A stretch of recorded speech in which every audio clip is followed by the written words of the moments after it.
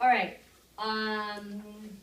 U visa. So I think this is especially important for the people who are working with folks in the criminal justice system and who are prosecutors. So the point, and this is on your slide 22, the point of the U visa and the T visa, it's part of the Victims of Trafficking Act, is to encourage victims of crime, of violent crimes, to come forward and report those crimes, and to work with law enforcement and other service providers to investigate those crimes and prosecute those crimes. And the reason it's important that the federal government, has come up with these visas to encourage this is because these are people that are not likely to come forward. They are not documented. They are often being told and are scared. They're being told by their husbands, their abusers, you're not documented. I'm the American, or I'm documented. They're not going to believe me, or you. They're going to believe me because I speak English. You don't even speak the language. They're going to arrest you because you're undocumented, and you're going to be deported, and I'm going to take the kids. And this is the kind of mantra that undocumented victims are hearing. So that's where some of these visa applications came from, to encourage, especially the U and the T visa, to encourage that bond, developing that bond. It's supposed to be a law enforcement tool. So these are the key elements on your slide 23 of the U visa, that the person has suffered substantial physical or mental abuse as a result of being a victim of certain types of crimes. Now, as the domestic and sexual violence attorney, I'm only going to handle U visas for domestic or sexual violence victims, but there are many, let me show you, types of crimes, these and more, violent crimes for which a person might be eligible for a U visa. It's just, I'm not going to help them with that unless they're a domestic or sexual violence victim. So they've suffered this substantial physical or mental injury. They have information, they possess information about that crime, and they're being helpful, or likely to be helpful, or were helpful in the past to some law enforcement official in the investigation or prosecution of this crime. And then it happened in the United States or violated some United States or state law. So there are direct victims, there are indirect victims. So somebody who is a family member of someone who was killed would be considered an indirect victim applicant for a U visa, okay? They're helpful to law enforcement, they have information, they were a witness, whatever it was, however they're being helpful. With the substantial abuse, it can be physical or mental. I would say that in reality, because you're talking about criminal processes, it's going to be physical if there's going to be certification from law enforcement that the person was helpful in the investigation or prosecution of the crime. I'm not clear that there are all of that many crimes that are being prosecuted with limited resources for injuries that are mental abuse, right? It's going to be physical. And it really is on a case-by-case basis. It really is going to be determined on the particular circumstances of that case. There's no set standard of what you have to prove. And it's, again, people who are helpful. So what about when it's a crime that's happened to a child? Often prosecutors are not going to have children testifying about something that happened to them. It's going to be others that are testifying. So if a child is under 16, if a person's under 16, they themselves don't have to be helpful to the law enforcement official. Someone does. It could be a guardian, it could be a guidance counselor, it could be a parent, it could be anyone, but it doesn't have to be that child. I will say though, I have 2 U visa applicants who were are children, and in those cases, both of them were helpful, but their parents also were helpful in the investigation and the prosecution of the crimes. And you don't have to have a conviction. Again, as I mentioned in the beginning, it's a law enforcement tool to encourage immigrants to come forward, undocumented immigrants to come forward and feel safe enough to cooperate with the police. So it doesn't have to lead to a conviction. It just has to be about the person's helpfulness. So one of my U visa clients, who has an approved U visa, her original case was null prost. So, it was null prost. It never there was no case per se. It was null prost. But she was available. She showed up when subpoenas were issued. She was helpful. So that Commonwealth Attorney's Office was able to say comfortably, she was helpful, and they sign off on, it's like a 2-page, really it's a 2.5-page form with check boxes and then one section for how, to describe how the person was helpful, that they sign off on. That is, to me, the key of the U visa. So as I mentioned before, I wait for the criminal, if there's gonna be a prosecution of the case, I wait for it to be done before I do any visa stuff. Because I don't want that to be used by defense counsel against, to impair that case. Once that's over, and I need to get this certification, I will ask, and you're asking either a certified signer, right? So each agency can designate a signer.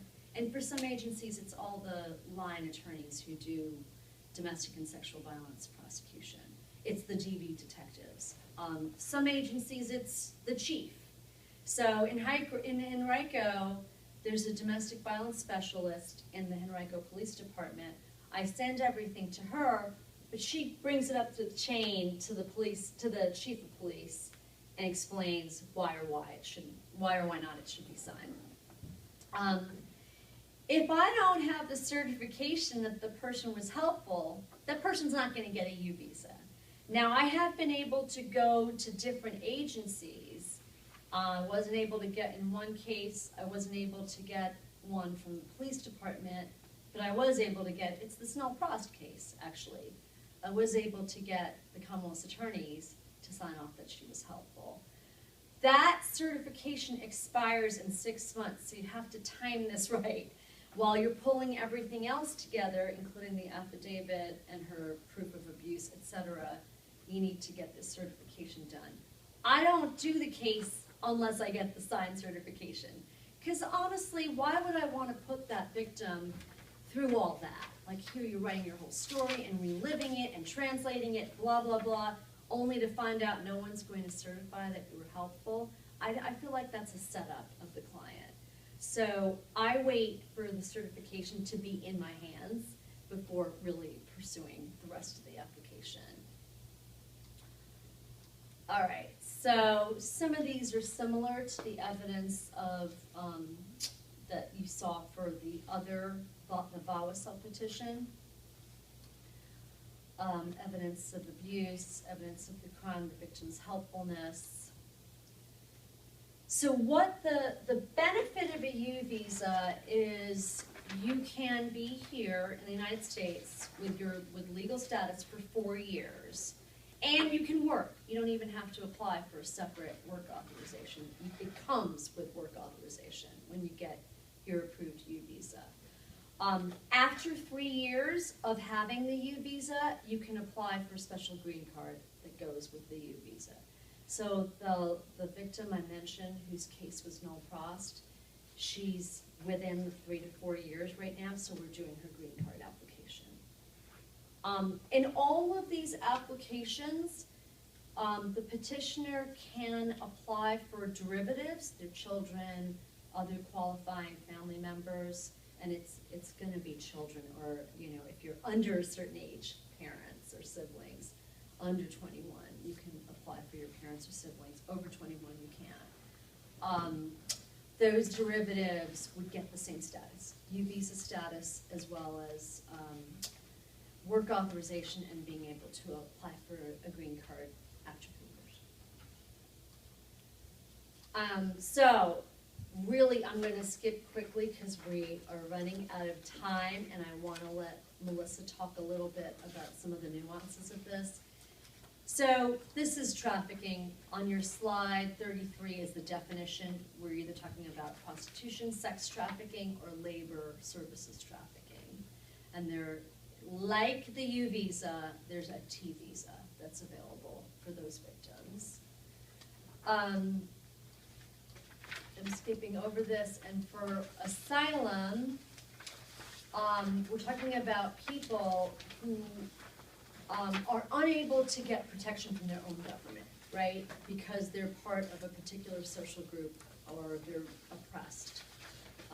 So these are all the different types of oppression, basically, that they're dealing with in their home country, which is why they're seeking asylum in the United States.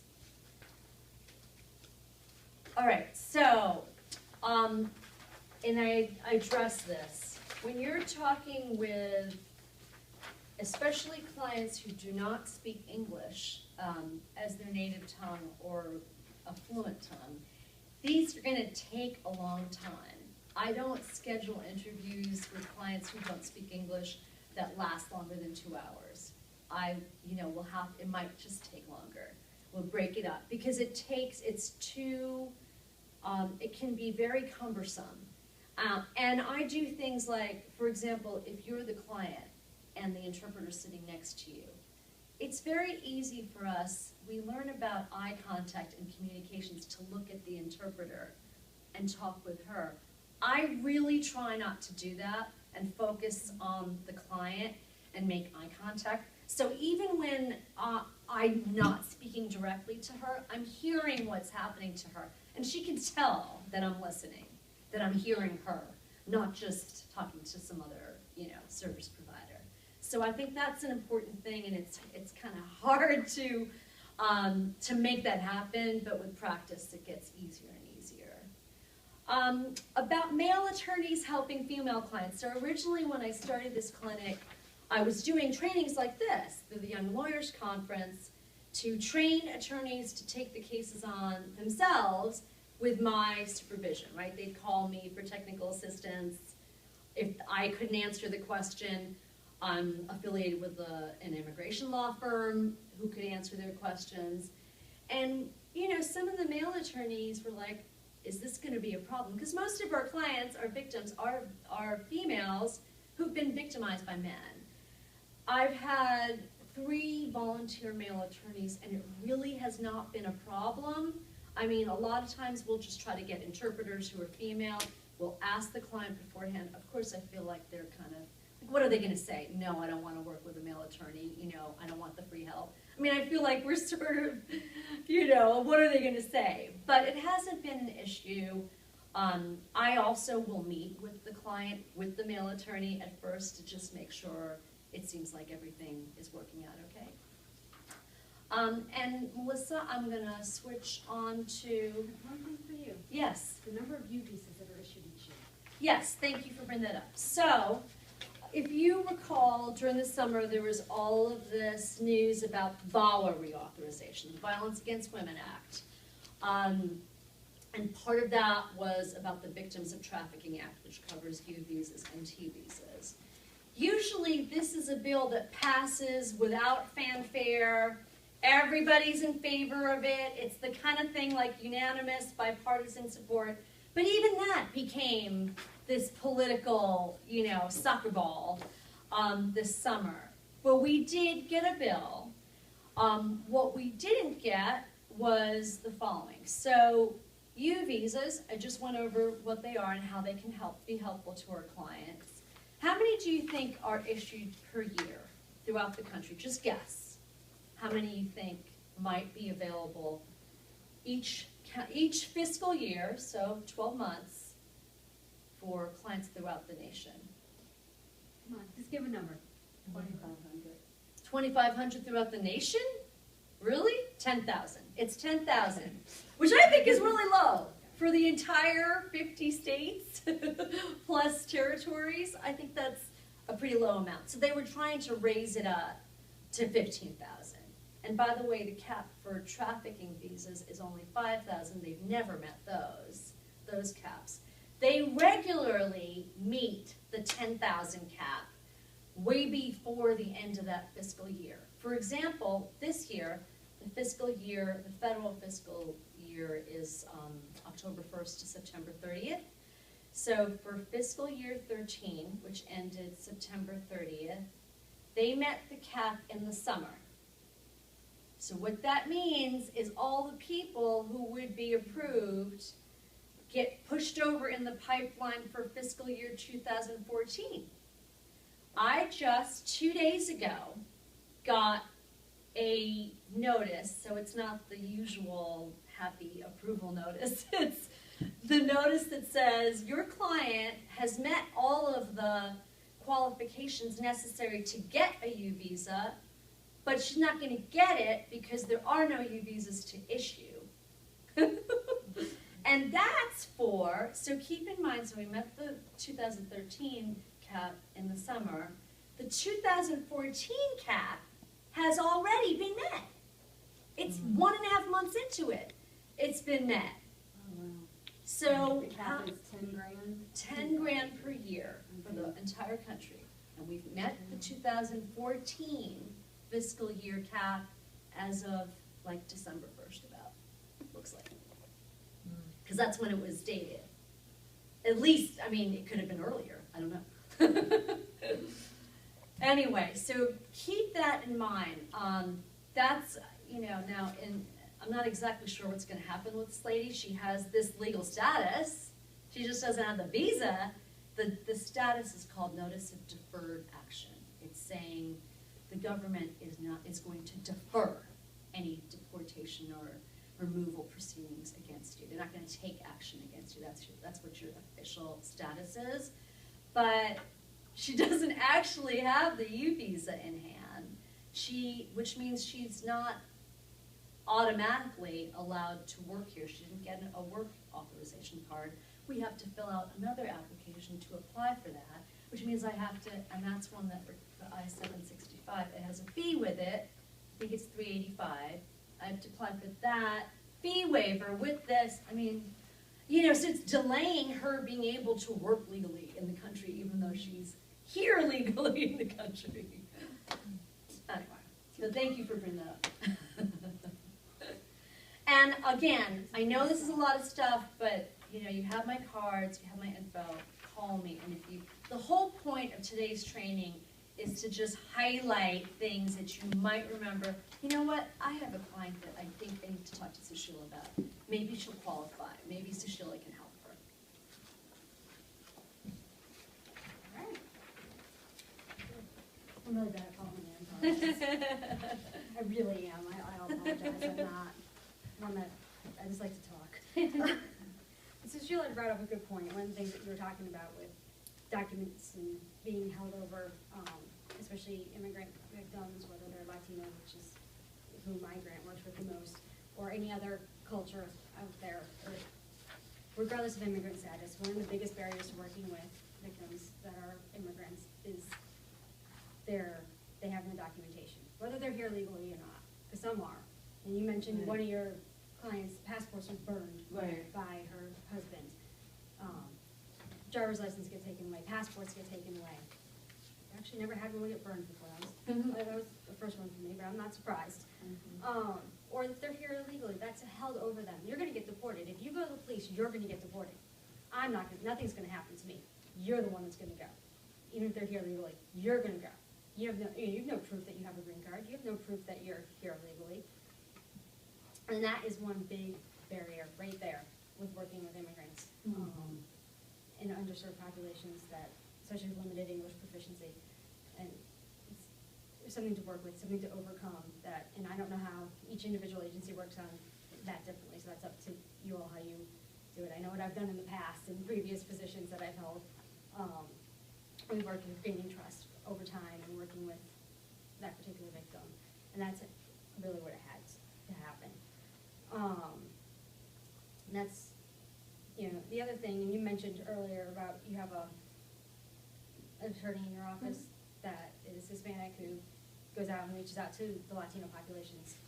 And that is great, because that's taking down some of the barriers. A lot of cultures, Hispanic cultures, Latino cultures, and many, many others in the world, have a fear of law enforcement. They come from countries where law enforcement is not viewed as helpful. They are scary people.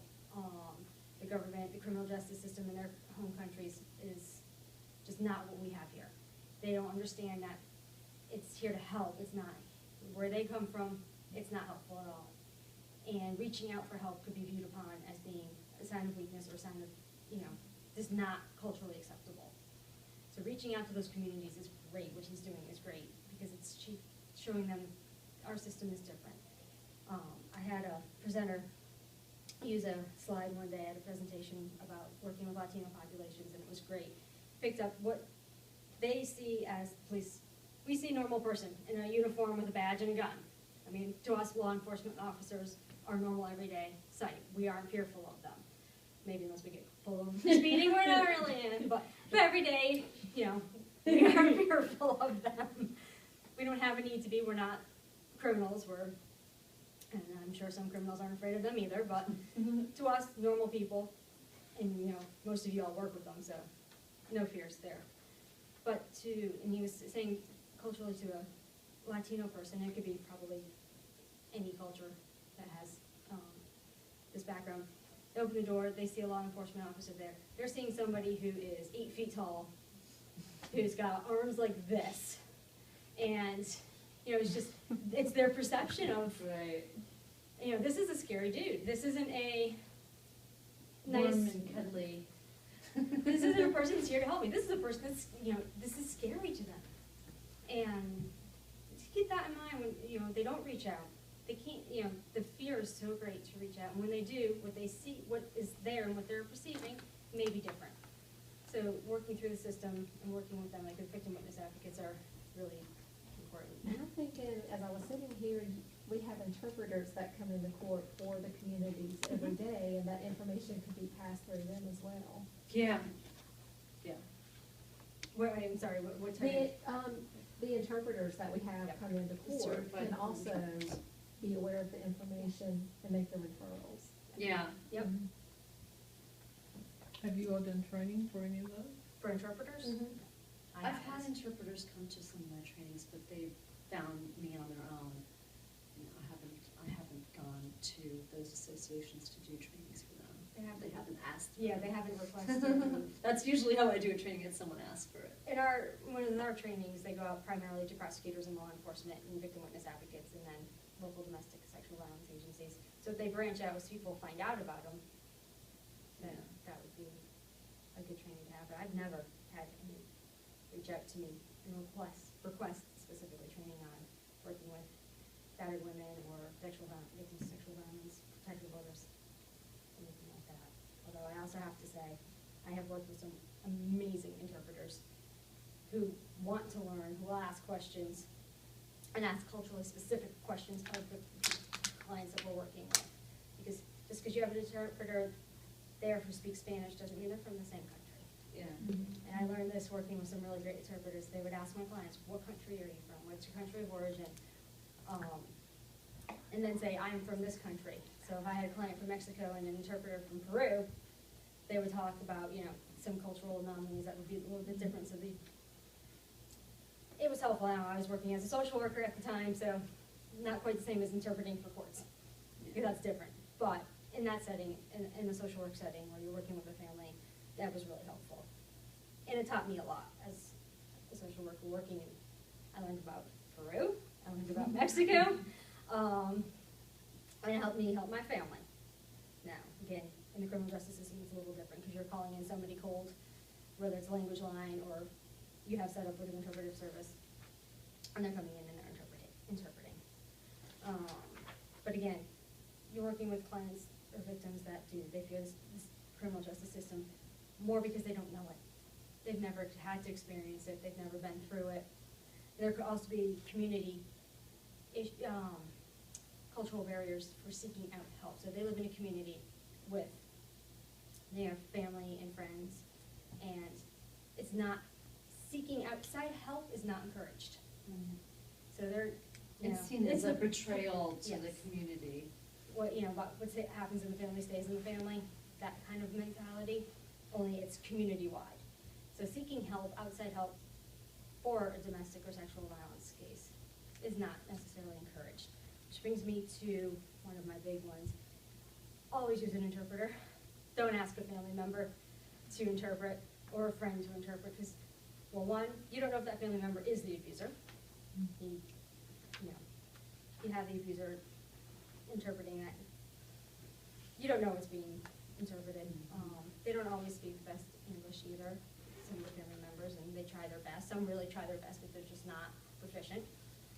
You could have a family member or friend who is interpreting based on cultural norms and cultural values versus what is actually being said, what the victim is saying, what you are saying.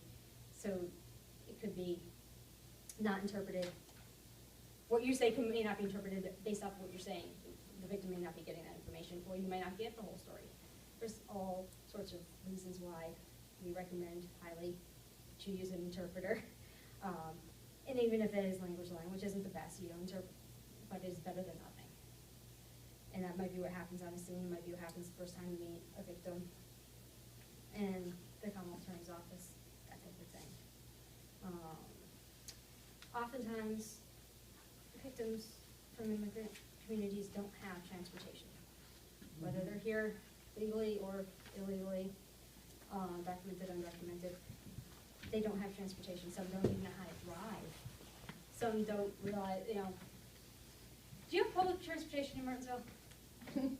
Limited. Yeah, very limited. Very limited. I come from where I was prior to coming to the state. The community I worked in had very, very, very limited public transportation. We were just outside where the public transportation would come. So, but if you have some that's really, even if you have like New York City or Boston or LA that have these massive public transportation systems, they don't know how to use them.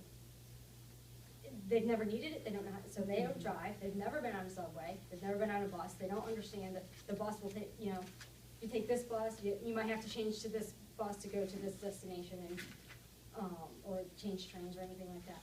They just don't know. They don't know it's there, they don't know how to use it. You may, you know, working with a local program or something, teach them how to use public transportation, even if it is very limited. I go to clients' homes to meet with them sometimes, or I'll even take them to an office where the interpreter is to meet with them. One time I actually I came to pick up a client, it was all set up, and she had her 2 little boys with her, which is fine, usually I have no problem meeting when there's children around, but I didn't have a car seat. And she didn't either, so we had to wait for the interpreter to be able to tell her, you know, I'm not gonna take a child in my car without a car seat. So hopefully this, like, you have to provide a car seat, or, you know, we ended up getting babysitting, and I was able to get her and take her and do the interview and bring her back. But, I've used cab services in the Right. past. yeah. Anything that we can. More often than not, we're not allowed to transport victims in our own cars. You're fortunate that you're allowed to Yeah. transport your clients. Melissa, I want to let you get to the address confidentiality. We're running out of because time. we're at the, Oh. we're like, our overtime at this point.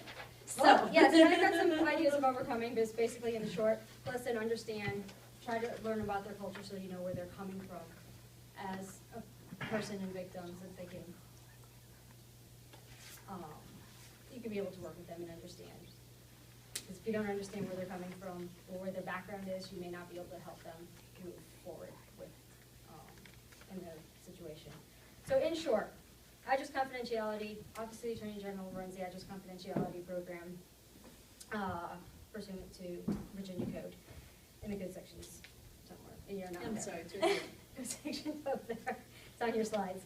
The short version is that it provides victims of domestic violence, it is only open to victims of domestic violence at this time. But it provides an alternate address to their physical address that they can use in a confidential mail forwarding service. The address is a P.O. Box in Richmond, and once they're accepted into the program, they can use that for any state, with any state and local agency in lieu of their physical address. So their driver's license, post office box goes on their driver's license. I'll be the only person you'll probably hear that say DMV is by far one of the best people I ever work with. DMV is very helpful for me.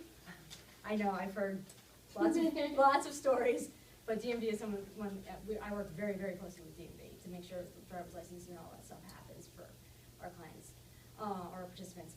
They can use it for school, so if they have school-age children, they can use the P.O. Box, and we give them a sheet to put in the file, so there's no proof shown of any physical address. And the schools will call me and verify that this is a participant in the program, and ask me to look up to make sure they're in the right school system, because she doesn't provide. We do ask our participants to show them a copy of their lease, not give it to them, but show them so that they can see, or if the school is willing to call me and I will not give out an address, I will not verify an address, I will not any of that. I will type in an address into a computer and say, it says it goes to the school. That is what I do. And a few of the counties here will do that. We've had some bus issues that we've worked around, so I can say the school systems are really easy to work with as well, once they understand what it's all about. When does DMV start issuing birth certificates? Driver's licenses. No, birth certificates. Birth certificates are There's through, legislation to have them start issuing birth certificates. That's as not well. gonna happen. It's not? I was not familiar with that. Thank God. The last time I checked, it was still vital records. Yeah. But But we don't think it not. There Yeah, are many bills that are introduced, and you'll see them coming through that might not pass the, Snicker test, but. I was in a group with the head of the DMV, and she said that they were meeting with other groups, Yeah. Bureau of Vital Statistics, to start setting it up, so. Yeah, I'm thinking, I don't know, what am I think not. Unless they're combining the two offices, Vital Statistics and DMV, or, I really don't know. I'm not But sure that passed. Like the replacement birth Yeah. certificate or No, the actual? original birth certificate. yeah, I really don't know anything about that, and that's not the subject of today's training, so. yeah, let me go. Still trying to give you the quick note, though, that victims must be living somewhere where their abuser does not know. They have to have moved to an address that is unknown to their abuser. Otherwise, it kind of does defeat the purpose. They cannot be living in a shelter. They have to have moved on from the shelter. They can, if they have a signed lease, they're still in the shelter but have a signed lease, that's fine, they can apply at that point. In order to apply, you must have a valid government-issued picture ID. It can be a green card, it can be a passport, it can be a driver's license. You have to fill out an application and sign a checklist. We have a checklist, we call it checklist of understanding. Basically like saying that you are a victim. Both have to be signed and notarized. We do not require any proof.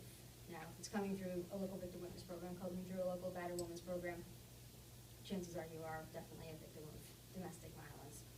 You do need a copy of a lease, however, let's put this out there. There are situations where participants do not have leases because they are living with friends or family members who have said, yes, you can come stay with me. I need a letter from that person stating who they are, what their physical address is, and that they're allowing this person to live with them. We had to step around that a little bit because we saw an influx of that happening. Per code, you have to provide us with your physical address. That is for service. We accept service on behalf of our clients because the courts use it. The courts use our physical address to serve subpoenas. They use our post office box to mail court documents. So we do accept service on behalf of our participants, and then I overnight those subpoenas to your physical address.